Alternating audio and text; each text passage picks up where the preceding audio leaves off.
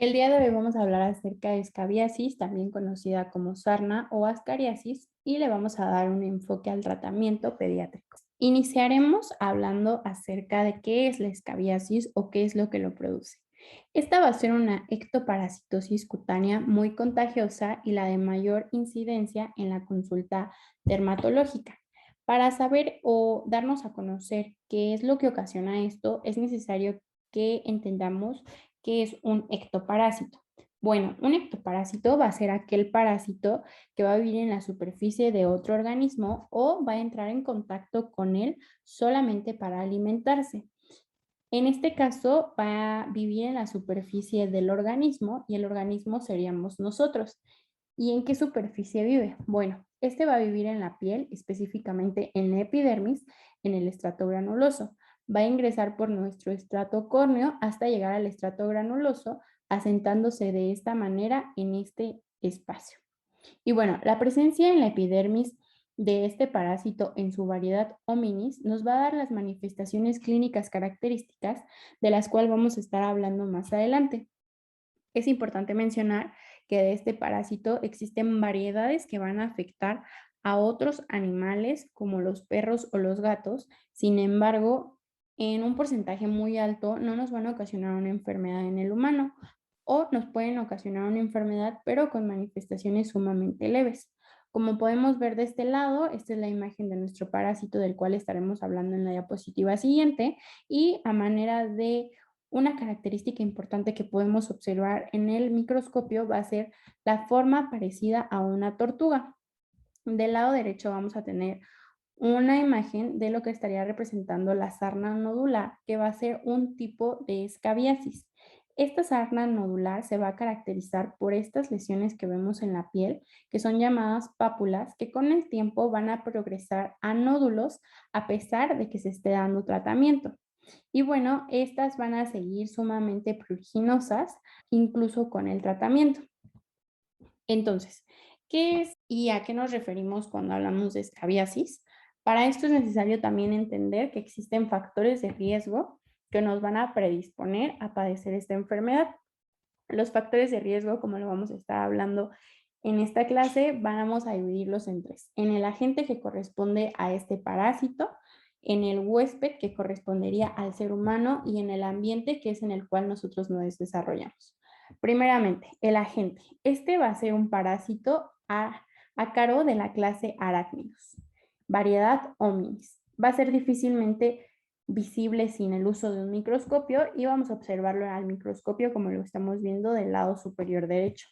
Ahora, este se puede transmitir por vía contacto directo, es decir, de persona a persona o por fomites. ¿Qué quiere decir esto? Si una persona ha usado ropa y está infectada de escabiasis, si yo le presto la ropa a otra persona, claramente puede adquirir esta enfermedad o si se llega a recostar en una cama de una persona infectada. Y las variedades que ya había comentado que afectan a otros animales raramente van a afectar al ser humano. Es importante que tengamos en cuenta que este parásito va a ser más frecuente en invierno porque la temperatura fría y con alta humedad lo va a ayudar a desarrollarse de una manera correcta para poder infectar. Tiene la característica de tener una forma ovoide, va a carecer de ojos y tiene un color marrón blanquecino y va a estar constituido por 8 patas. Este va a tener tanto una presentación en macho como una presentación en hembra. El macho va a vivir y este va a morir poco después de haber fecundado a la hembra. La hembra va a ser aquí la importante en esta enfermedad debido a que va a ser ella quien al ser fecundada va a dirigirse al estrato granuloso de la piel para poder infectarnos y formar los famosos laberintos que vamos a ver más adelante en las manifestaciones clínicas. Entonces, ahora pasamos al huésped, que seríamos nosotros, pero en este caso nos vamos a estar enfocando a los pacientes pediátricos. Va a afectar a cualquier raza y a ambos géneros sin discriminación alguna, debido a que es una de las enfermedades que pueden ocasionar epidemias por ciclo en la mayor parte de los países en el mundo. Actualmente en México es un problema de salud pública, Sin embargo, aún no es necesario que se notifiquen los casos de escabiasis ante el sistema de salud para llevar un control. Esta puede ser transmitida de las maneras en las que ya hablamos y los preescolares o escolares tienen un riesgo mayor de contagio en la escuela o por amigos por la cercanía que pueden estar manejando estas personas. Es inusual que cuando a nosotros nos llega a consulta un paciente infectado, de la edad que sea, sus familiares no tengan la infección, debido a que comparten ciertos utensilios que pudieran transmitir este parásito. Entonces, es inusual la presentación aislada, que quiere decir que no, casi nunca vamos a ver esta enfermedad únicamente en un miembro de la familia o personas que comparten la misma casa. Y por último, vamos a tener el ambiente. El ambiente, el calor va a desarrollar que exista un menor periodo de incubación y mayor prurito. Sin embargo, este parásito se desarrolla mejor en la época de invierno. La mala higiene y el hacinamiento es la principal característica que nos va a apoyar a que este parásito se esté desarrollando de una manera correcta. Las condiciones socioeconómicas y la falta de recursos médicos van a ser las características que pueden llegar a que esto se transforme a una pandemia en lugar de ser una enfermedad. Y bueno, vamos a tener dos etapas, la clínica y la subclínica para esta enfermedad. Dentro de la subclínica es importante que conozcamos la fisiopatología de la escabiasis. Primero que nada, tenemos que saber que el periodo de incubación va a depender de si el paciente o la persona ha estado infectada en alguna otra ocasión o es la primera vez que se infecta.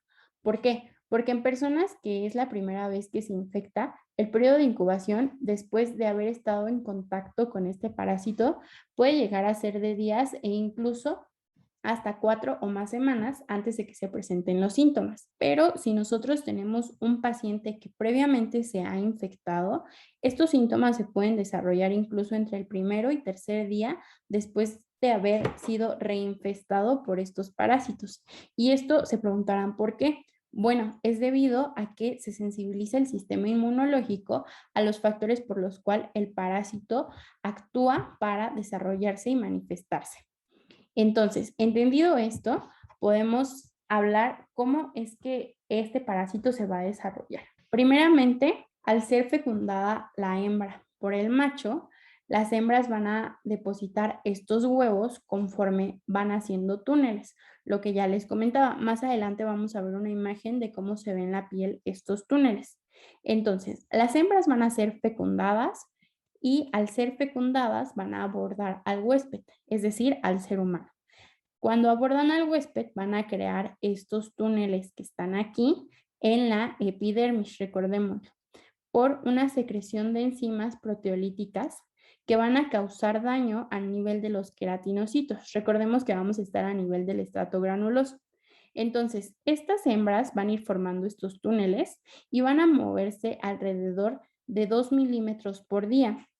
Al paso que ellas se van moviendo y van creando estos túneles de mayor longitud, van a poner de 2 a 3 huevos a la vez, hasta poner un total incluso de 10 a 25 huevos en un periodo de 1 a 2 meses, en lo que una persona que nunca se había infectado está incubando estos huevos. En caso de que la persona ya se haya infectado, como ya habíamos comentado, va a ser un periodo muchísimo más rápido entre el paso número 1 y el paso número 2.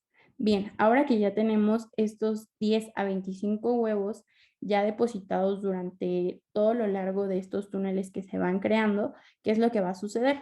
Bueno, la hembra va a morir después de haber depositado el número de huevos que tenía que depositar y va a dejar este rastro o esta línea que va a ser muy fina, pero va a presentarse de color gris, rojizo o marrón y va a medir alrededor de 2 a 15 milímetros de largo. Esto es un dato específico para hacer un diagnóstico clínico cuando se esté explorando a un paciente. Entonces ya tenemos los huevos.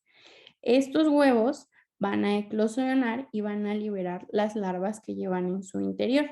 Y este periodo entre que se depositan los huevos y eclosionan para liberar las larvas, generalmente estaría comprendiendo un periodo de 3 a 4 días. Entonces ya tenemos ahora liberadas las larvas en estos túneles.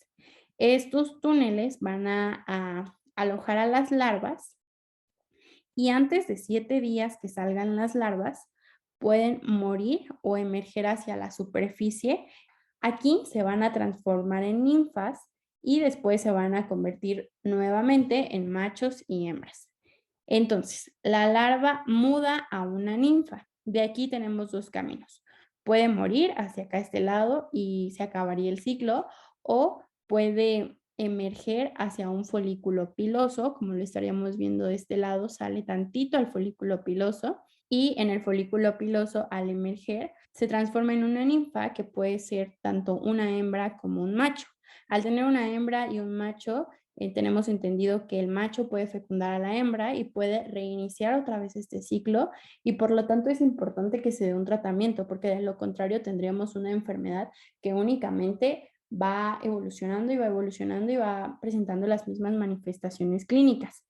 Todo esto podía reiniciar este ciclo y este ciclo dura alrededor de 15 días en una persona que recién se está infectando. Y entendiendo la fisiopatología, cómo es que se replican estos parásitos, es importante que también tengamos en cuenta que van a producir signos y síntomas de los cuales van a ser evidentes que están ellos habitando la epidermis. Bueno, va a iniciar de 3 a 6 semanas posterior a la infección, como ya lo habíamos comentado, y va a iniciar con un prurito localizado que luego se disemina e intensifica. Pero aquí un punto clave para que nosotros podamos diagnosticar clínicamente escabiasis es que este prurito intensificado se va a dar por la noche. Los pacientes van a referir que al momento de acostar les cuesta conciliar el sueño por el prurito que les están ocasionando estas lesiones, mientras que durante el día generalmente no es tan intenso. Ahora, se pueden formar pápulas y vesículas pruriginosas en la piel muy abundante, además de costras hemáticas, que posterior al rascado continuo del paciente nos van a ocasionar manchas o cicatrices residuales que van a tener estos trayectos sinuosos o en forma de serpiente que van a terminar en una vesícula perlada donde se van a estar alojando los huevecillos de los ácaros y estos trayectos sinuosos se van a llamar túneles lineales, que era de lo que ya hablábamos antes. Son los parásitos y el recorrido que va llevando la hembra durante todo su trayecto en el que va depositando los huevecillos. Entonces, vamos a tener aquí algo que se llama las líneas de hebra, que son estas de color rosa, y van a ir imaginariamente dividiendo a nuestro paciente a nivel de los hombros y por detrás de las rodillas. Esto es importante porque la mayor parte de las manifestaciones que se van a dar en piel van a estar ubicadas dentro de estos límites que marcan las líneas de hebra. Puede ser un dato característico de que nuestros pacientes tienen estas manifestaciones que van a respetar tanto cabeza, que se encuentra fuera de las líneas de hebra, la cara, el cuello y los pies. Entonces, la topografía habitual respeta estas zonas, sin embargo, va a afectar más las zonas interdigitales de las manos, las axilas, la región periumbilical, los pliegues y pezones submamarios en caso de las mujeres y la región escrotal y el abdomen en los varones.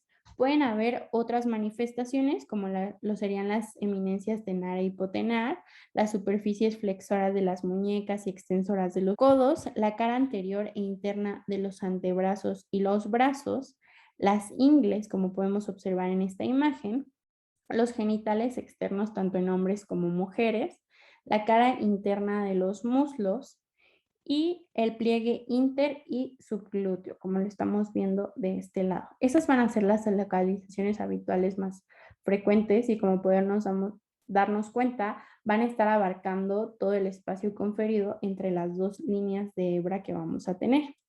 Y bueno, estas manifestaciones van a ser más que nada por una sensibilización que tiene el sistema inmune hacia este parásito y todos los factores que ocasionan hipersensibilidad. Esta va a ser la presentación típica o en pacientes adultos jóvenes que entran dentro de la edad pediátrica y los adultos.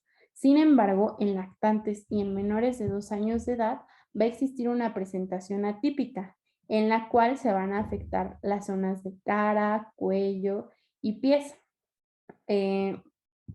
Plantas de los pies las cuales van a simular unas lesiones más extensas y una manera atípica de presentarse en este tipo de pacientes.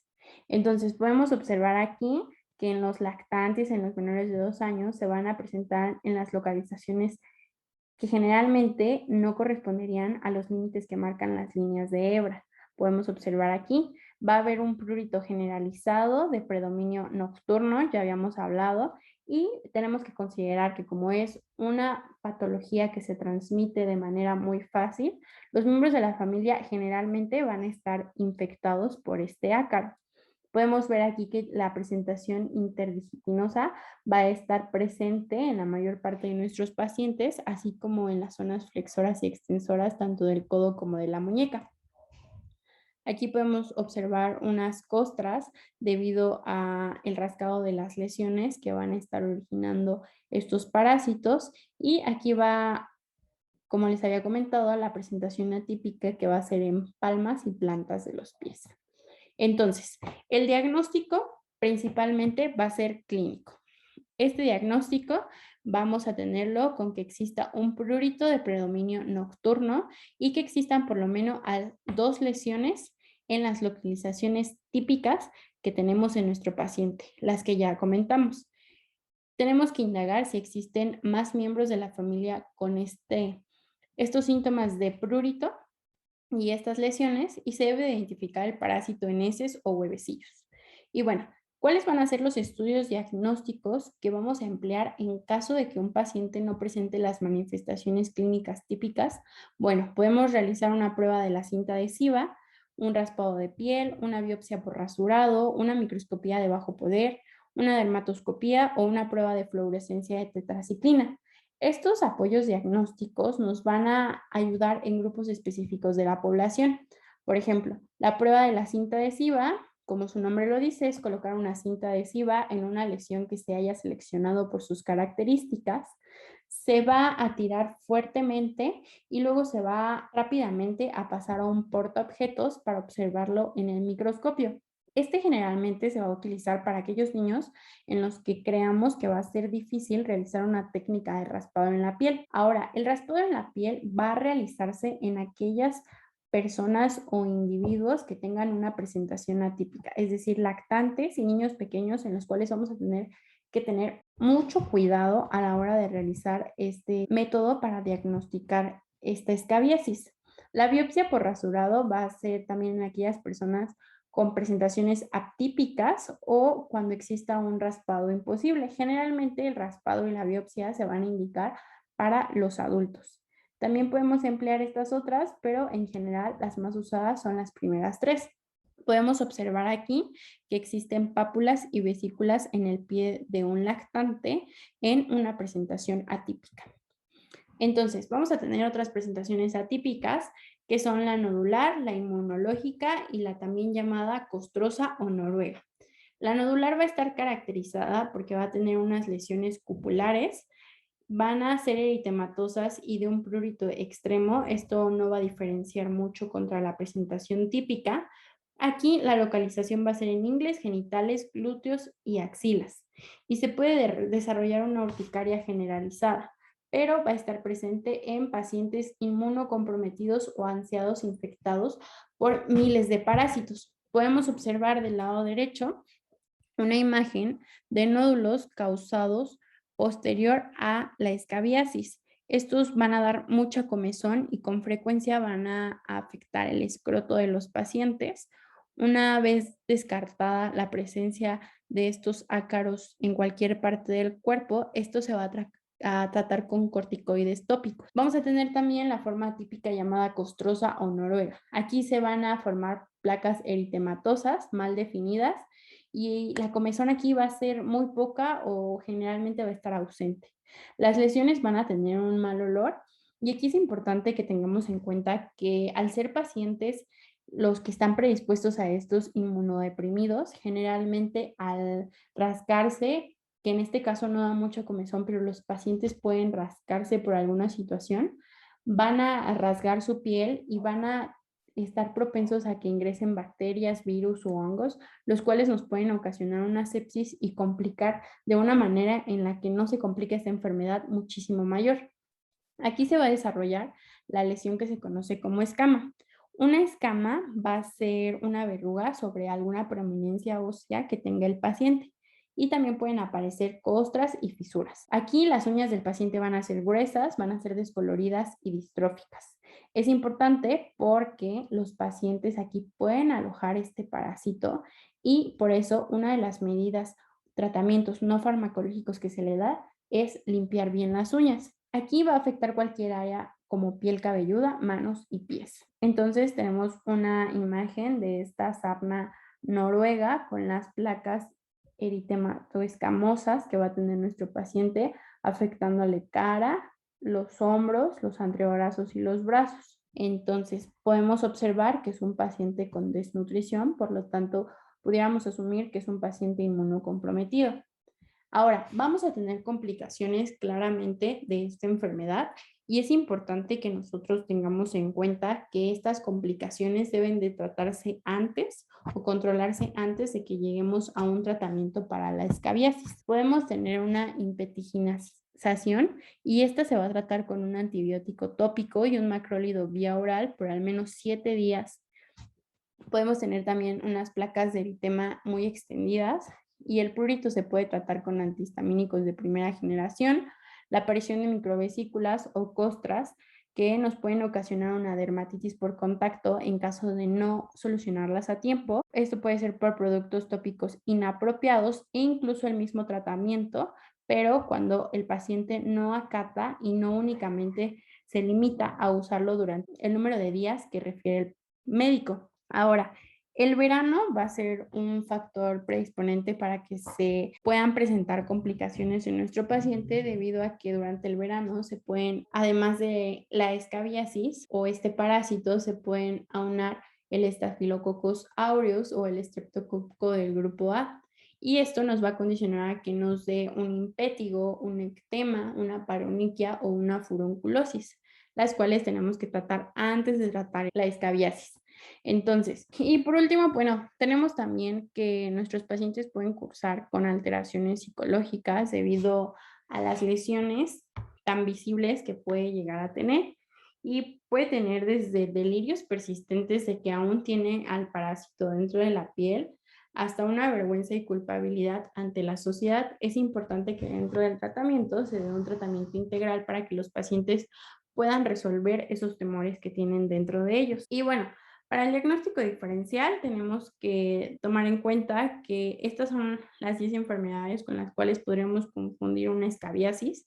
Sin embargo, la más frecuente va a ser el prurigo por insectos o la sensibilización a las picaduras de chinches, porque las manifestaciones clínicas prácticamente son muy similares. Sin embargo, algo que nos va a denotar de manera importante que estamos hablando de una escabiasis y no de un prurigo por insectos, va a hacer que en el prurigo por insectos van a aparecer lesiones de la cintura hacia abajo, a diferencia de la escabiasis que tiene un margen bien definido por las líneas de hebra. Entonces, el tratamiento. Aquí en el tratamiento debe de darse tanto a las personas infestadas o aquellas personas que van a la consulta por las manifestaciones clínicas, tanto a todos sus contactos con los que ellas vivan o tengan un contacto íntimo directo, puesto que muchas veces pueden no presentar la sintomatología, pero estar infectadas. Entonces, el tratamiento farmacológico van a ser dos: tópicos y orales. Dentro de los orales vamos a tener a la ivermectina y va a estar contraindicada cuando tengamos una paciente embarazada, cuando esté durante el periodo de lactancia o una insuficiencia hepática y renal. Para el tratamiento tópico vamos a tener dos opciones. El primero es la permitrina tópica al 5% y el segundo es el benzoato de bencilo al 10 o 25%.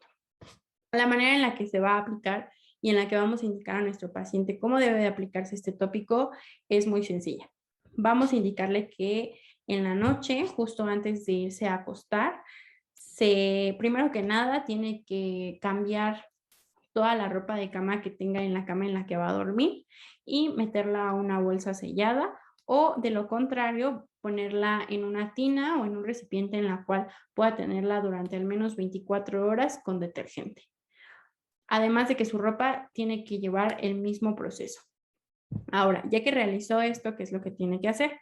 Se tiene que meter a bañar con agua caliente, tiene que salir y secarse de una manera correcta y aplicarse el tópico que se le va a estar enviando. Puede ser permetrina o puede ser benzoato de bencilo.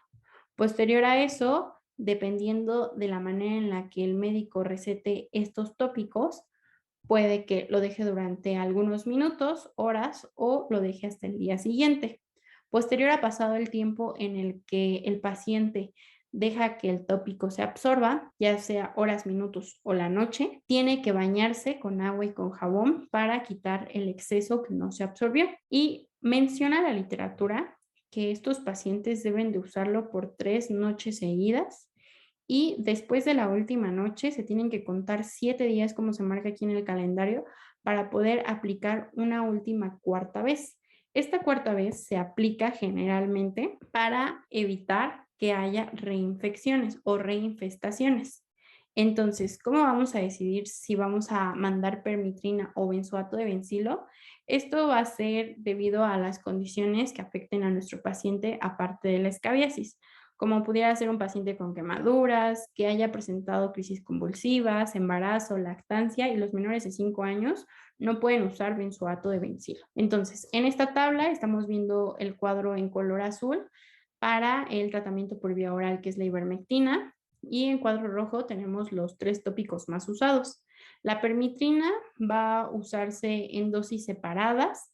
Esta generalmente se manda una semana y la otra la siguiente para tener una efectividad del 100%. Y bueno, pueden ser 6, 8 o 10 horas de aplicación. Por otro lado, tenemos al benzoato de bencilo, que va a actuar directamente sobre el ácaro y lo va a intoxicar. Este va a aplicarse de la manera que ya se había comentado, sin embargo, en algunas ocasiones no se usa y, por ejemplo, en pacientes quemados no se usa debido a que su uso crónico puede irritar la piel y causar mayores problemas. Por último, de uno que no habíamos hablado es el azufre al 6 o al 8%. Esta va a ser una forma tópica igual y va a ser el tratamiento más viejo que se tiene para tratar la escabiasis. Fue el primero que se implementó para esta patología y bueno, tiene todas esas características. Sin embargo, se dejó de utilizar debido a que las tasas de curación en su momento en los estudios que se realizaban arrojaban resultados menores a los que arrojan actualmente 3 medicamentos de arriba, además de que al momento de aplicarlo y que el paciente pues ya se ponía su ropa posterior al tiempo que tenía que absorberse este tópico, aún así seguía manchando la ropa. Por otro lado, vamos a tener el tratamiento no farmacológico o también llamado las medidas que se deben de llevar a cabo a la par del tratamiento farmacológico. Como ya se había comentado, se debe desinfectar todo aquel objeto que haya tenido contacto con estos pacientes infectados. Si no se pueden desinfectar, se pueden aislar en estas bolsas que tienen un sellado durante 72 horas o 3 días, porque así este parásito muere y ya no tiene la capacidad de infectar.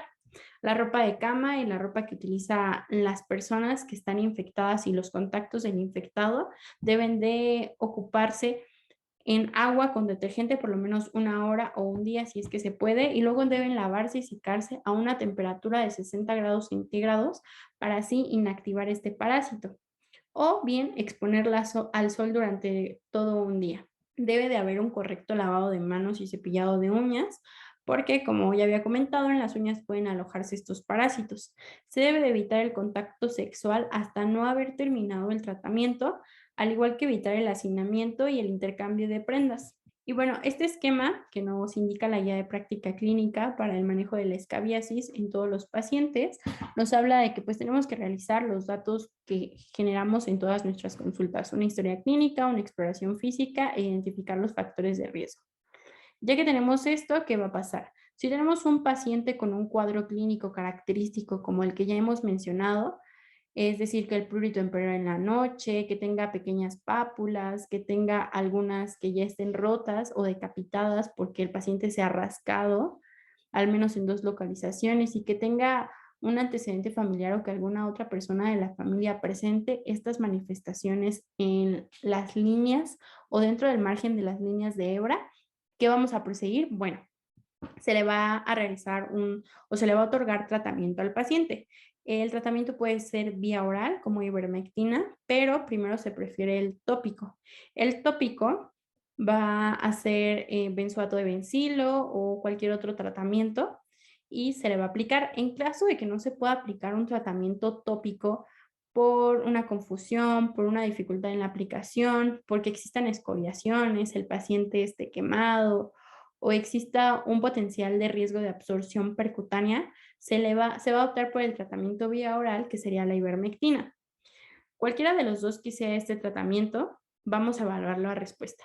Si nuestro paciente tiene una buena respuesta al tratamiento, únicamente se le va a dar de alta posterior a que se termine este ciclo del tratamiento y se le van a dar las medidas preventivas para que no vuelva a tener una reinfestación. En caso de que no tenga una mejoría o una respuesta al tratamiento, se le va a enviar al segundo nivel para que aquí lo valoren. Y bueno, cuando tenemos un paciente que no tiene el cuadro típico, ¿qué es lo que se va a considerar? Primero que nada, se va a tener en mente que nuestro paciente puede estar cursando con un cuadro atípico de la enfermedad, como una escabiosis nodular o una escabiosis noruega o costrosa, o que sea un paciente menor a 5 años, un anciano o pacientes inmunodeprimidos en los cuales generalmente estaríamos por sospechar VIH si tienen escabiasis. Entonces, cuando tenemos cualquiera de estos tres tipos de paciente, ¿qué es lo que vamos a realizar para poder confirmar este diagnóstico? Bueno, aquí se van a utilizar las pruebas complementarias de las cuales ya habíamos hablado, como la cinta adhesiva, el raspado de piel, la biopsia, el uso de la microscopía, la dermatoscopía y las pruebas de fluorescencia. Y si nos arroja un resultado positivo, ¿qué es lo que va a suceder? Bueno, vamos a derivarlo a un tratamiento tópico o, en su caso contrario, a un tratamiento por vía oral. Y ya que el paciente termina su tratamiento, es importante que se revise y se haga una exploración física minuciosa para observar si existe ya la ausencia de las lesiones típicas, aunque aún persista la comezón. Es importante que se tenga en cuenta que nosotros como médicos debemos delimitar el daño que se le pueda ocasionar al paciente con la administración de antihistamínicos o una crema emoliente para limitar las molestias con las que pueda cursar nuestro paciente durante la enfermedad. La revisión que se va a realizar en nuestros pacientes va a ser a los 8 días o antes si llegara a incrementar la sintomatología del paciente y se debe de revisar o citar al paciente al mes de haber curado completamente para evitar que nuestro paciente esté cursando con una reinfestación y él no se haya dado cuenta de eso. El pronóstico en general para estos pacientes es bueno, sin problema a largo plazo, y únicamente va a haber problemas o va a haber casos severos para aquellos pacientes que presenten mucha descamación o signos de costra, lo que nos estaría orientando a que tenemos un paciente VIH positivo, el cual estaría complicando pues el curso de la enfermedad. Podemos ver en la imagen del lado derecho el patrón característico del túnel del que hablábamos, el cual es más que nada el trayecto que sigue este parásito hembra y por donde va depositando todos sus huevos. Estas son las bolsitas, estos puntos que se ven a lo largo de la línea son las bolsas parasitarias en las cuales se van alojando los huevos para posteriormente formarse en larvas. Y bueno, la prevención pues es sumamente importante, tanto la primaria como la secundaria. Dentro de la primaria pues más que nada se enfoca a evitar que se curse con la enfermedad o que se contraiga la enfermedad. Es decir, se deben de promocionar buenos hábitos a la salud, educación e higiénicos. La protección específica para aquellos grupos de riesgo que puedan ser más prevalentes a esto, pues recomendarles un aseo personal correcto, identificar los casos, lavado y planchado de ropa y en caso de que hayan estado en contacto con un paciente positivo a escabiasis, es necesario que se les dé tratamiento. Los programas de detección son importantes y las visitas regulares de control médico podrían ayudar a detectar estos casos. Ahora, en la secundaria, cuando ya tenemos este padecimiento, es importante que se realice un diagnóstico precoz antes de que las lesiones hayan afectado lo suficiente como para dar un cuadro atípico y dar un tratamiento oportuno. Y esta sería la bibliografía de este tema. Espero que haya sido útil y si quieren que explique algún otro tema pueden dejármelo en los comentarios.